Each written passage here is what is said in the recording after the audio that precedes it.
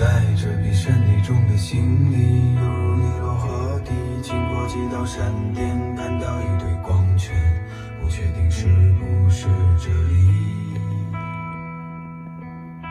我看到几个人站在一起，他们拿着剪刀摘走我的行李，擦拭我的脑袋，没有机会返回去。